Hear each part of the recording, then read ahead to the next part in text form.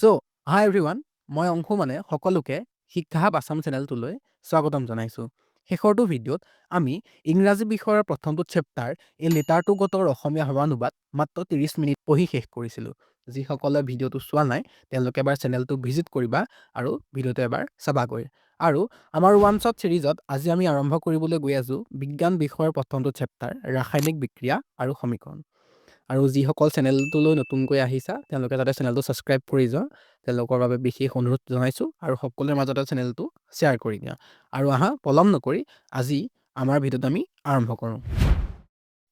ৰাসায়নিক বিক্ৰিয়া আৰু সমীকৰণ, কেমিকেল ৰিয়েকশ্যনছ এণ্ড ইকুৱেশ্যনছ, আমাৰ বিজ্ঞানৰ প্ৰথমটো চেপ্টাৰ। আৰু চেপ্টাৰটোৰ পৰা আমি মেট্ৰিকত বা আমাৰ এক্সামত প্ৰায় 6 to 7 মাৰ্কছ এক্সপেক্ট কৰিব পাৰোঁ, অৰ্থাৎ 6 পৰা 7 নম্বৰ পৰীক্ষাত অহাৰ চান্সেছ বেছি। চেপ্টাৰটোত বেছি কনচেপ্টছ একো নাই। আমি জানিব লাগিব যে ৰাসায়নিক বিক্ৰিয়া কাক বোলে, ৰাসায়নিক বিক্ৰিয়াক কেনেদৰে সন্তুলিত বা বেলেঞ্চ কৰিব লাগে আৰু তাৰ প্ৰকাৰকেইটা বা টাইপছকেইটা। তাৰ বাদে বেছি কনচেপ্ট চেপ্টাৰটোত ইমান নাই। আৰু আমি মেইনলি বুজিব লাগিব যে ৰাসায়নিক বিক্ৰিয়ানো কেনেদৰে সন্তুলিত কৰে। মেক্সিমাম পৰীক্ষাত দেখা যায় যে আমাক এটা বা দুটা ইকুৱেশ্যন দি দিয়ে, সেইটোকে আমি দুইফালে সন্তুলিত কৰিব লাগে। তাৰ বাদে বেলেগ ইমান কুৱেশ্যনছ দেখা নাযায়। গতিকে কিন্তু আমি কনচেপ্টখিনিটো ভালদৰে বুজিব লাগিব। সেইবাবে আমি অতি কম সময়ৰ ভিতৰত আজি চেপ্টাৰটো বুজিবলৈ চেষ্টা কৰিম। তাৰ ৰাসায়নিক বিক্ৰিয়ানো কি? তাৰ ৰাসায়নিক বিক্ৰিয়াৰ আমি যদি ডেফিনেশ্যন চাবলৈ যাওঁ তেতিয়া আমি ক'ম যে যেতিয়া এক বা ততোধিক পদাৰ্থৰ বিক্ৰিয়া হৈ এক বা অধিক নতুন পদাৰ্থৰ সৃষ্টি হয় আৰু যি প্ৰক্ৰিয়াত পদাৰ্থৰ অৱস্থাৰ, ৰঙৰ, গেছৰ বা উষ্ণতাৰ পৰিৱৰ্তন ঘটে তেনে বিক্ৰিয়াক ৰাসায়নিক বিক্ৰিয়া বোলে। বিক্ৰিয়া এটাত অংশ লোৱা পদাৰ্থসমূহক বিক্ৰিয়ক আৰু সৃষ্টি হোৱা নতুন পদাৰ্থসমূহক বিক্ৰিয়াজাত বা প্ৰডাক্ট বুলি কোৱা হয়। গতিকে আমি ইয়াৰ পৰা কি বুজিলোঁ যে আমাৰ হাতত এটা বা দুটা পদাৰ্থ আছে। আমি সহজ অৰ্থ আমি দুটা পদাৰ্থ লৈছোঁ, ধৰা A আৰু B। A আৰু B দুটা পদাৰ্থ, সেই দুটা লগ হৈছে, লগ অৰ্থাৎ যোগ হৈছে, যোগ হৈ পেলাই সিফালে আমি এটা বেলেগ এটা পদাৰ্থ পাইছোঁ। এই ইকুৱেশ্যনটোকে সহজ অৰ্থত আমি ৰাসায়নিক বিক্ৰিয়া বুলি ক'ব পাৰোঁ। ইয়াত কি হৈছে যে দুটা পদাৰ্থ লগ লাগিছে, সিফালে এটা নতুন পদাৰ্থৰ সৃষ্টি হৈছে আৰু ইয়াৰ হয়তো অৱস্থাৰ পৰিৱৰ্তন ঘটিছে, ৰঙৰ পৰিৱৰ্তন ঘটিছে, গেছৰ পৰিৱৰ্তন ঘটিছে বা উষ্ণতাৰ পৰিৱৰ্তন ঘটিছে। আমি এইটো কেনেদৰে বুজিম? উদাহৰণস্বৰূপে A আছিল এটা গেছ আৰু B আছিল এটা গেছ। ধৰা A আৰু B দুইটা গেছ, সিফালে কিন্তু দুটা গেছ লগ লাগি এটা আমি পানী বা লিকুইড অৱস্থাহে পালোঁ। তেনেকুৱা অৱস্থাত আমি ইয়াৰ অৱস্থাৰ পৰিৱৰ্তন দেখা পালোঁ। এনেদৰে বিভিন্ন ৰিয়েকশ্যনত হয়তো ক'ৰবাৰ ৰঙৰ পৰিৱৰ্তন ঘটিব। ধৰা কোনোবা তাত ক'ৰবাৰ ৰং আছে ৰঙা, সিফালে গৈ পেলাই হ'লগৈ ক'লা। তেনেদৰে হয়তো গেছৰ গুণ চেঞ্জ হ'ব। ধৰা কোনোবা এফালে গেছৰ গুণ নাছিলে, সিফালে গৈ গেছৰ চেঞ্জ হ'ল। তেনেদৰে হয়তো এইফালে উষ্ণতাৰ পৰিৱৰ্তন ঘটিব। ধৰা এইফালে হয়তো টেম্পাৰেচাৰ বা উষ্ণতা আছিল কম, এইফালে গৈ বস্তুটো গৰম হৈ গ'ল। আৰু আমি A আৰু B এই দুটাক আমি ক'ম ৰিয়েক্টেণ্ট বা বিক্ৰিয়ক, আৰু নতুনকৈ যিটো সৃষ্টি হ'ল তাক আমি ক'ম বিক্ৰিয়াজাত বা প্ৰডাক্ট। এতিয়া উদাহৰণস্বৰূপে আমি যদি এটা উদাহৰণ লওঁ, আমি এইফালে হাইড্ৰজেন লৈছোঁ আৰু এইফালে অক্সিজেন লৈছোঁ আৰু সিফালে গৈ আমি পামগৈ পানী। এতিয়া আমি ইয়াত একেটাতে চব যদি আমি চাবলৈ যাওঁ, আমি দেখিম যে এই দুটা হৈছে ৰিয়েক্টেণ্ট বা বিক্ৰিয়ক। মই চমুকৈ R বুলি লিখিছোঁ আৰু বিক্ৰিয়ক বুলি লিখি দিছোঁ যাতে তোমালোকৰ বুজিবলৈ অসুবিধা নহয়। আৰু ঠিক এইফালে H2O হৈছে প্ৰডাক্ট বা বিক্ৰিয়াজাত। বিক্ৰিয়াজাতটো তোমালোকে মই লিখি দিছোঁ, ভালদৰে চাই লওঁ যাতে তোমালোকৰ খেলি মেলি নহয় বিক্ৰিয়ক কোনটো আৰু বিক্ৰিয়াজাত কোনটো। আৰু তোমালোকে অতি চমুকৈ R আৰু P বুলি মনত ৰাখিব পাৰা। এইফালে R হ'ব, এইফালে P, অৰ্থাৎ এইফালে ৰিয়েক্টেণ্ট আৰু এইফালে প্ৰডাক্ট। আমি বুজি পালোঁ যে ৰিয়েক্টেণ্ট কোনটো আৰু প্ৰডাক্ট কোনটো, বিক্ৰিয়ক কোনটো আৰু বিক্ৰিয়াজাত কোনটো। এতিয়া আমি চাম যে ইয়াৰ আমাৰ অৱস্থাৰ পৰিৱৰ্তন ঘটিছে নেকি, অৱস্থাৰ ৰং, গেছ কিহবাৰ পৰিৱৰ্তন ঘটিছে নেকি। এতিয়া আমি দেখিম যে হাইড্ৰজেনটো এটা গেছ। আমি চবেই জানো যে হাইড্ৰজেন এটা গেছ, আৰু আমি জানো যে অক্সিজেন এটা গেছ, কাৰণ আমি উশাহত অক্সিজেন গেছ লওঁ আৰু হাইড্ৰজেন গেছ আমি চবেই জানোৱেই। এতিয়া সেইফালে আমি যেতিয়া চাম তেতিয়া আমি দেখিম যে H2O অৰ্থাৎ পানী কিন্তু এটা লিকুইড, কাৰণ পানী জুলীয়া। আমি পানী সদায় জুলীয়া অৱস্থাতে পানী খাই আহিছোঁ। সহজ অৰ্থ আমি যিটো নৰ্মেল অৱস্থাত আমি যিটো পানী পাওঁ সেইটো সদায় লিকুইডেই। গতিকে আমি দেখিছোঁ যে ইয়াত অৱস্থাৰ পৰিৱৰ্তন ঘটিছে। দুটা গেছ লগ লাগিছে আৰু সিফালে পানীৰ উদ্ভাৱন হৈছে। গতিকে আমাৰ যিটো ডেফিনেশ্যন মতে কি আছিল যে অৱস্থাৰ পৰিৱৰ্তন ঘটিব পাৰে। গতিকে আমাৰ হয় অৱস্থাৰ পৰিৱৰ্তন ঘটিছে। গতিকে এইটো এটা ৰাসায়নিক বিক্ৰিয়াৰ উদাহৰণ। তোমালোকক পৰীক্ষাত হয়তো 4টা অপশ্যন দি দিব পাৰে যে বিচাৰি উলিওৱা তলৰ কোনটো ৰাসায়নিক বিক্ৰিয়া হয়। এতিয়া তোমালোকে কৰিবা কি, যদি অসুবিধা হয় তোমালোকে ৰিয়েকশ্যনছকেইটা চাই ল'বা যে কোনোবাটোত অৱস্থাৰ পৰিৱৰ্তন ঘটিছে নেকি। ধৰা কিবা আগতে আছিল গোটা, পিছত গৈ জুলীয়া হৈ গ'ল, বা আগতে হয়তো কিবা বেলেগ এটা ধৰা অৱস্থা আছিল, পিছত গৈ বেলেগ এটা অৱস্থা হ'ল। তোমালোকে নিজে প্ৰশ্নকেইটা বুজি ল'বলৈ চেষ্টা কৰিবা, তেতিয়াহে তোমালোকে অপশ্যনটো শুদ্ধকৈ টিক কৰি আহিব পাৰিবা। এইখিনিতে আমি আলোচনা কৰিব লাগিব অৱস্থাৰ 4টা ভাগ। কি কি? আমাৰ যেতিয়া আমি এটা ইকুৱেশ্যনছ লিখোঁ, আমি সমীকৰণ যেতিয়া আমি এটা লিখোঁ, আমি সাধাৰণতে 4টা ভাগ পাওঁ। সেইকেইটা হৈছে গেছ, লিকুইড, একুৱাছ আৰু ছলিড। গেছ আমি সাধাৰণতে যদি আমি গেছ বুলি কওঁ, গেছ আমি এতিয়া বুজি পাইছোঁ গেছ। লিকুইড মানে হৈছে তৰল অৱস্থা, তৰল অৰ্থাৎ পানীৰ দৰে যিটো অৱস্থাটোক আমি তৰল বুলি কওঁ। একুৱাছ মানে হৈছে বাষ্প অৱস্থা, আমি যিটো কওঁ বাষ্পীভৱন বুলি কওঁ, পানীৰ যিটো ভাপ হোৱাৰ যিটো প্ৰক্ৰিয়া, সেই তেনেকুৱা অৱস্থাৰ যিটো পানীৰ জুলীয়া অৱস্থাত থাকে কিন্তু সম্পূৰ্ণ তৰল নহয়, সেইটোক আমি একুৱাছ বুলি কওঁ। আৰু আমি তাক চমুকৈ AQ বুলি লিখোঁ। যেতিয়া তোমালোকৰ এটা ইকুৱেশ্যনত কাষত এনেকৈ ব্ৰেকেট দি পেলাই AQ লিখা থাকিব, তোমালোকে এটা গম পাবা যে এইটো একুৱাছ হয়। আৰু ছলিড মানে হৈছে গোটা। গতিকে এই 4টা তোমালোকে যেতিয়া এটা ইকুৱেশ্যন লিখিবা, মনত ৰাখিবা যে আমি চবৰে কাষত এনেদৰে লিখি দিব লাগিব। তেতিয়াহে মানে পৰীক্ষা যিটো ইকুৱেশ্যন দিব বা যিটো প্ৰশ্ন দিব তাত ফুল নম্বৰ তোমালোকক তেতিয়াহে দিব। কিন্তু মনত ৰাখিবা এইটো যেন তোমালোকে সদায় লিখি আহা, আৰু যেতিয়া এটা ইকুৱেশ্যন বেলেঞ্চ কৰিবা তেতিয়া কিন্তু তোমালোকে এই অৱস্থাকেইটালৈ মন দিবা। ইয়াৰ পিছত আমি পঢ়িব লাগিব যে আমি ৰাসায়নিক বিক্ৰিয়াটো কিয় সন্তুলিত কৰিব লাগে। এতিয়া আমি যদি এই ওপৰৰ ৰিয়েকশ্যনটোলৈকে বা বিক্ৰিয়াটোলৈকে চাবলৈ যাওঁ, ইয়াত আমি দেখিম যে এইফালে হাইড্ৰজেন আছে এটা আৰু এইফালে আছে হাইড্ৰজেন দুটা। গতিকে এইফালে আৰু এইফালে হাইড্ৰজেনৰ সংখ্যা সমান হৈ থকা নাই, আৰু এইফালে অক্সিজেন আছে দুটা, কিন্তু সিফালে অক্সিজেন যোৱাৰ লগে লগে কেইটা হৈ গ'ল এটা। ইয়াত একো নাই, মানে এইখিনিত এক। গতিকে আমি বুজিব লাগিব যে এইফালে আছে অক্সিজেন এটা আৰু এইফালে আছে অক্সিজেন দুটা। কিন্তু এটা ৰাসায়নিক বিক্ৰিয়াত দুইফালে মৌলৰ সংখ্যা সদায় সমান হৈ থাকিব লাগে। অৰ্থাৎ এইফালে যদি দুটা আছে এইফালে দুটাই থাকিব লাগিব, এইফালে যদি এটা আছে এইফালেও এটাই থাকিব লাগিব, বা এইফালে যদি 3টা আছে এইফালেও 3টাই থাকিব লাগিব।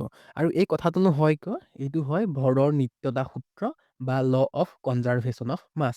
এইটো তোমালোকে 9ত পঢ়ি আহিছা, আৰু মই বিশেষ ডিটেইলছত এইটো ক'বলৈ নাযাওঁ, কিন্তু মই তোমালোকক সহজ অৰ্থত বুজাই দিছোঁ যে এই লটো বা এই সূত্ৰতে কি বুজায় যে এটা ৰাসায়নিক বিক্ৰিয়াত ভৰৰ কেতিয়াও সৃষ্টি বা বিনাশ হ'ব নোৱাৰে। অৰ্থাৎ এইফালে এটা ৰাসায়নিক বিক্ৰিয়াত ধৰা A আৰু B লগ লাগি যেতিয়া আমি C+D পাওঁ, তেতিয়া কেতিয়াও ভৰৰ চেঞ্জ হ'ব নোৱাৰে। অৰ্থাৎ এইফালে যদি 1 আছে এইফালেও 1 থাকিব লাগিব, দুইফালে সমান হ'ব লাগিব।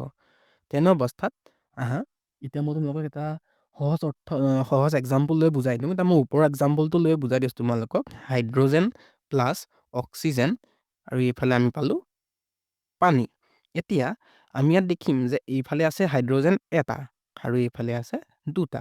গতিকে ইয়াত কি হৈছে যে ভৰৰ সৃষ্টি হৈছে। অৰ্থাৎ এইফালে 1 আছিল এইফালে 2 হ'ল, এটা বেছি পালোঁ, গতিকে এটা বেছি হ'ল। কিন্তু যিটো আমাৰ সূত্ৰ, সেই সূত্ৰটোৱে কৈছে যে ভৰৰ কেতিয়াও সৃষ্টি হ'ব নোৱাৰে। গতিকে এইটো কেতিয়াও সম্ভৱ নহয়। আৰু ঠিক সেইদৰে এইফালে অক্সিজেন আছে দুটা আৰু এইফালে আছে এটা, আৰু ইয়াত কি হ'ল ভৰৰ বিনাশ হ'ল, অৰ্থাৎ ভৰ এটা কমিহে গ'ল।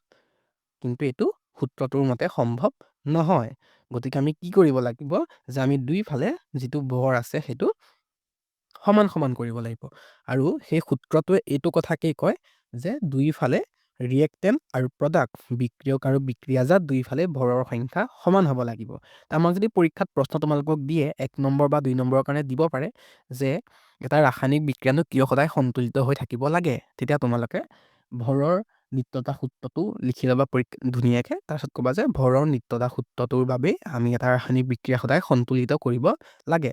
আৰু তাৰপিছত তোমালোকে এটা এক্সাম্পল দি দিবা এনেকুৱা ধৰণৰ, ইয়াতকৈ অলপ ক্ৰিটিকেল এটা দিবা, এইটো বেছি সহজ হৈ যায়। মই তোমালোকক মাত্ৰ বুজাবলৈহে এইটো দেখুৱাই দিছোঁ। এনেকুৱা ধৰণৰ এটা এক্সাম্পল দি দিলে যে বহি চোৱা যিজন টিচাৰ থাকিব তেওঁ বহীখন চালে ভাল পাব। গতিকে আমি এইখিনিলৈকে এইটো বুজিলোঁ আৰু এতিয়া আমি পঢ়িম যে ৰাসায়নিক বিক্ৰিয়াটো কেনেদৰে সন্তুলিত কৰিম। এতিয়া মই এটা ৰাসায়নিক বিক্ৰিয়া বা এটা সমীকৰণ লিখি লৈছোঁ। এতিয়া তোমালোকে আৰু মই একেলগে মিলি এইটো সমাধান কৰিবলৈ চাওঁ আহা। এইটো হৈছে জেডেনেৰে জিংকক বুজায়, এইচেৰে বুজায় হাইড্ৰজেনক, এছৰে বুজায় ছালফাৰক, ওৰে বুজায় অক্সিজেনক। তোমালোকে এনেধৰণৰ সাংকেতিক চিহ্নবোৰ মনত ৰাখিবলৈ যত্ন কৰিবা, কাৰণ পৰীক্ষাত হয়তো তোমালোকক লিখি নিদি পেলাই ডাইৰেক্ট এনেকুৱা ধৰণৰ চিহ্ন দি দিব পাৰে, তেওঁলোকৰ বুজিবলৈ অকণ সুবিধা হ'ব। এতিয়া এইটো আমি বেলেঞ্চ কৰিবলৈ চাওঁ আহা। আমি এইফালে চাব লাগিব যে ৰিয়েক্টেণ্ট ছাইড আৰু প্ৰডাক্ট ছাইড দুইফালে সমান হৈ আছেনে নাই। আমি প্ৰথম চাব লাগিব ৰিয়েক্টেণ্ট ছাইড বা বিক্ৰিয়ক ছাইডত Zn বা জিংকৰ সংখ্যা কিমান।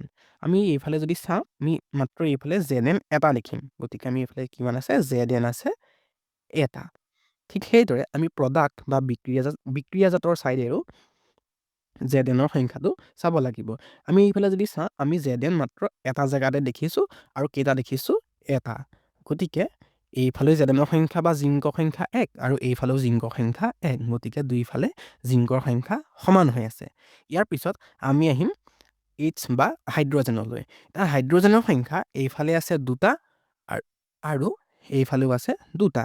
গতিকে এইফালে হাইড্ৰজেনৰ সংখ্যা আছে 2টা আৰু এইফালেও আছে 2টা। গতিকে আমি ইয়াকো আমি বেলেঞ্চ কৰিব নালাগে, কাৰণ দুইফালে সমান হৈ আছে। এতিয়া আমি ছালফাৰৰ সংখ্যা চাম। ছালফাৰ এইফালে আছে এটা S, অৰ্থাৎ এইফালে আছে এটা আৰু এইফালেও ছালফাৰৰ সংখ্যা আছে এটা। গতিকে দুইফালেও ছালফাৰৰ সংখ্যা 1 মিলি আছে। গতিকে আমি ইয়াত ছালফাৰো বেলেঞ্চ কৰিব বা সন্তুলিত কৰিব নালাগে, কাৰণ অলৰেডি আমাৰ হাতত সমান আছেই। আমি সন্তুলিত কৰিব লাগিব কেতিয়া, যদি দুইফালে সমান হৈ নাথাকে।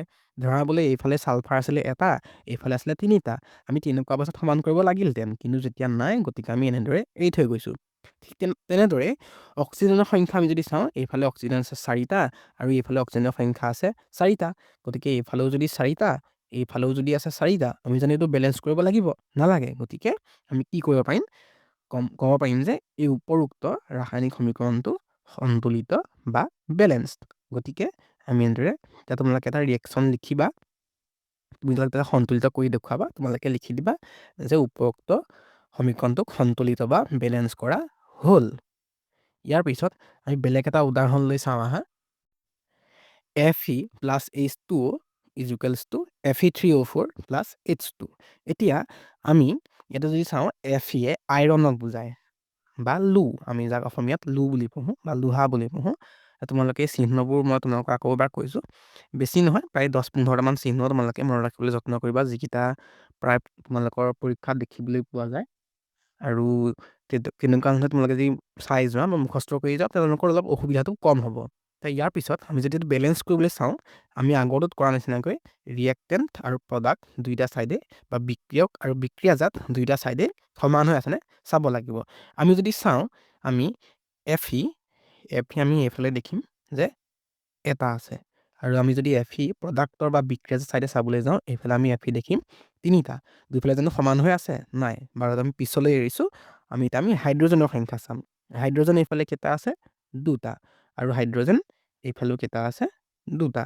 গতিকে বৰ্তমান সময়ত হাইড্ৰজেনৰ সংখ্যা আমাৰ হাতত বেলেঞ্চ বা সমান হৈ আছে। ইয়াৰ পিছত আমি অক্সিজেনৰ সংখ্যা চাবলৈ যাম। অক্সিজেন আমাৰ হাতত এইফালে আছে এটা, কিন্তু এইফালে আছে 4টা। গতিকে খেলিমেলিটো ক'ত আহিছে? Fe আৰু O, অৰ্থাৎ আইৰণ আৰু অক্সিজেনত আমি বেলেঞ্চ কৰিব লাগিব। এতিয়া আমি প্ৰথম Feটোক বেলেঞ্চ কৰোঁ। এতিয়া Fe এইফালে কিমান আছে? এইফালে আছে এটা আৰু এইফালে আছে 3টা। গতিকে এইফালে কেইটা বেছি? 2টা বেছি। গতিকে এইফালে যদি 3টা, এইফালে যদি এটা, আমি কি কৰিব লাগিব? ইয়াত 3 পূৰণ কৰিব লাগিব। 3 কিয় পূৰণ কৰিব লাগিব? কাৰণ এইফালে আছে 1, 3 × 1 3, আৰু এইফালে আগৰ পৰা 3টা হৈ আছে। আৰু মনত ৰাখিবা, আমি যেতিয়া বেলেঞ্চ কৰিম, আমি বেলেঞ্চ কৰিবলগীয়া সংখ্যাটো তলত নিলিখোঁ, ওপৰত লিখিম। তলত লিখিলে আমি এই যিটো আমাৰ সূত্ৰটোক আমি অমান্য কৰাৰ দৰে হ'ব। গতিকে আমি কাষত লিখিলোঁ। এতিয়া আমি দেখিম যে আইৰণ হৈ গ'ল এইফালে 3টা আৰু আইৰণ এইফালেও হৈ গ'ল 3টা। ইয়াৰ পিছত আমি চাব লাগিব অক্সিজেনৰ সংখ্যা কিমান। অক্সিজেন এইফালে আছে 4টা আৰু এইফালে আছে এটা। গতিকে আমি সমান কৰিবলৈ কি কৰিব লাগিব? এইফালে 4টা পাতিব লাগিব। 4 কিয় পাতিব লাগিব?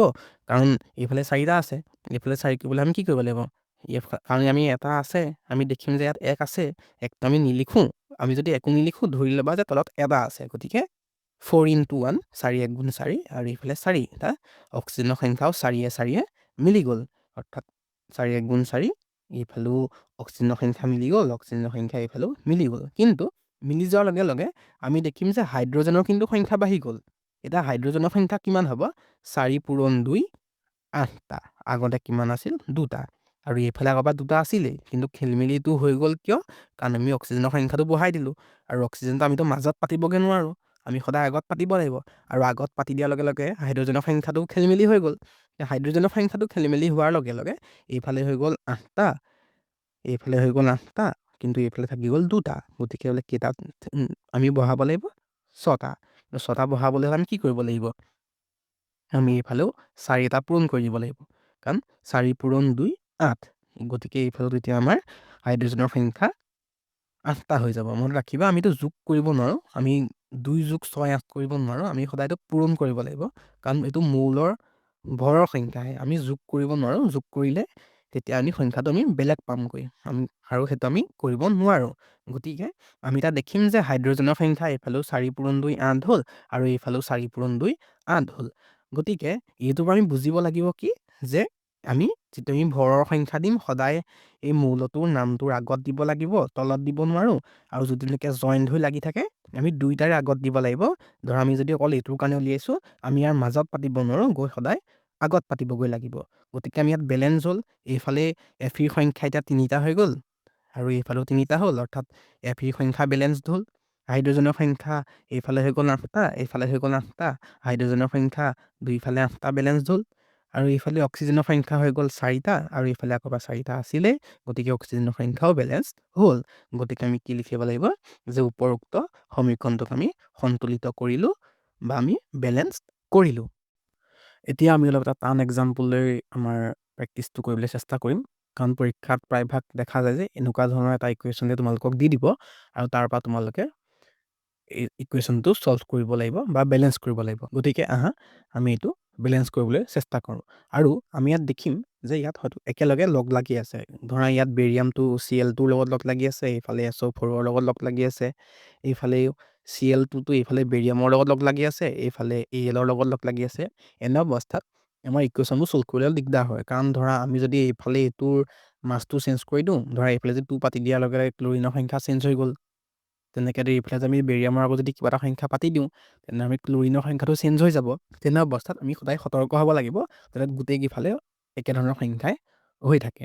গতিকে আমি প্ৰথম কৰিম কি? যে আমি আগত কৰা সেনেকৈ ৰিয়েক্টেণ্ট আৰু প্ৰডাক্ট ছাইডৰ যিটো মৌলভৰ সেইটো আমি লিখি ল'ম।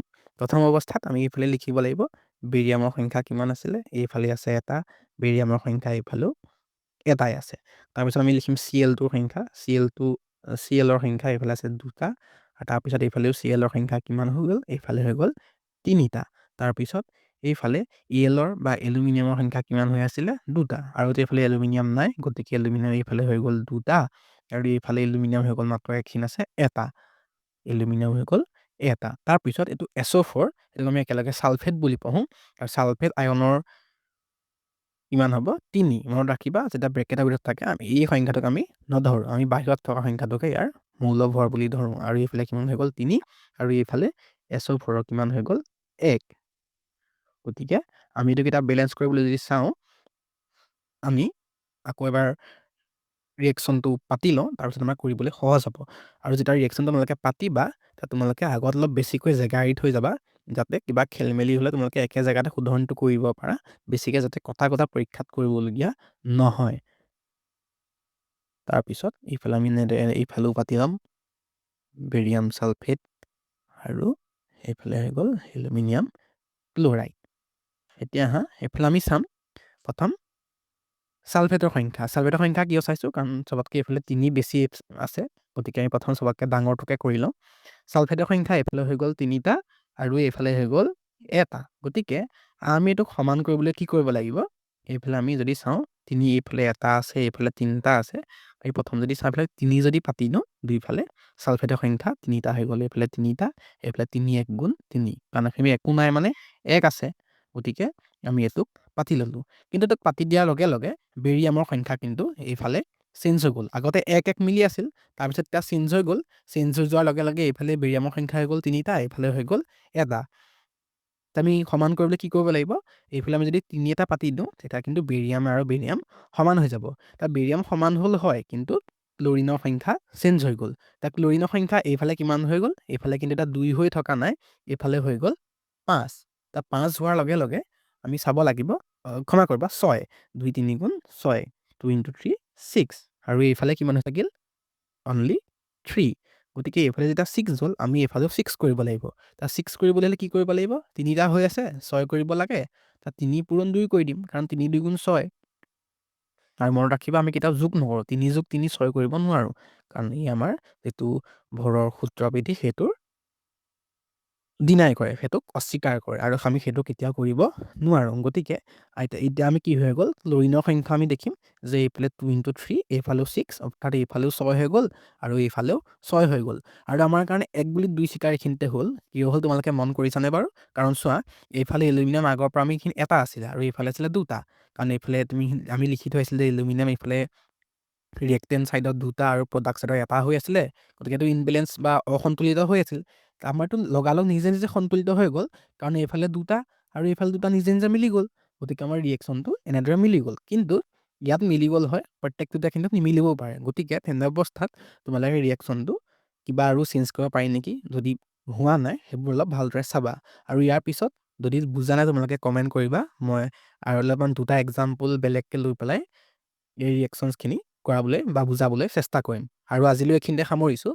আমি নেক্সট পাৰ্টটোত ইয়াৰ যিখিনি টাইপছ আছে, সেই টাইপছখিনি পঢ়িবলৈ চেষ্টা কৰিম। গোটেইখিনি একেটা ভিডিঅ'তে মই তোমালোকক সহজ অৰ্থত বুজাই দিম। আৰু তাৰপিছত ইম্পৰ্টেণ্ট কুৱেশ্যনছৰ ডিছকাশ্যনছৰো এটা ভিডিঅ' তোমালোকে এক্সট্ৰাকৈ পাবা। গতিকে তেতিয়ালৈকে এইখিনিকে তোমালোকে ভালদৰে বুজিবলৈ চেষ্টা কৰা, ভালদৰে ৰিভাইজ কৰা। তোমালোকৰ 90% কথা কিন্তু ইয়াতে ভিডিঅ'টোত ক্লিয়াৰ হৈ যাব। গতিকে টিল দেন বাই বাই, আৰু ভালদৰে পঢ়া। আৰু যিহেতু পৰীক্ষালৈ বেছি দিন নাই, ৰিভিজনৰ ওপৰত বেছিকৈ গুৰুত্ব দিয়া। যিসকলৰ ইতিমধ্যে পঢ়ি হৈ গ'ল, তেওঁলোকে এই ভিডিঅ'বোৰ ৰিভিজনৰ কাৰণে ব্যৱহাৰ কৰিব পাৰা। আৰু যিসকলৰ পঢ়ি হয়তো হোৱা নাই, তেওঁলোকেও এই ভিডিঅ'খিনিকে চোৱা আৰু অতি সোনকালে যিমানখিনি পৰা পঢ়ি প্ৰেক্টিছ কৰিবলৈ যত্ন কৰা। কাৰণ অকল পঢ়িলেই যথেষ্ট নহ'ব। যিমানেই এনেকুৱা ধৰণৰ অংকবোৰ প্ৰেক্টিছ কৰিবা, সিমানহে বেছিকৈ মনত ৰ'ব। আৰু তোমালোকে এক্সাৰচাইজৰ কুৱেশ্যনছখিনি প্ৰেক্টিছ কৰিবা। এনেকুৱা ধৰণৰ কুৱেশ্যনছ যিকেইটা আছে, লিখি দিয়াখিনি তোমালোকে এনেকুৱা সাংকেতিক চিহ্নলৈ লৈ যাবা। সাংকেতিক চিহ্নখিনি প্ৰথম কৰি লোৱা, তাৰপিছত মই সেইখিনি কেনেকৈ কৰিব লাগে বুজাই দিম। গতিকে till then bye bye, thank U.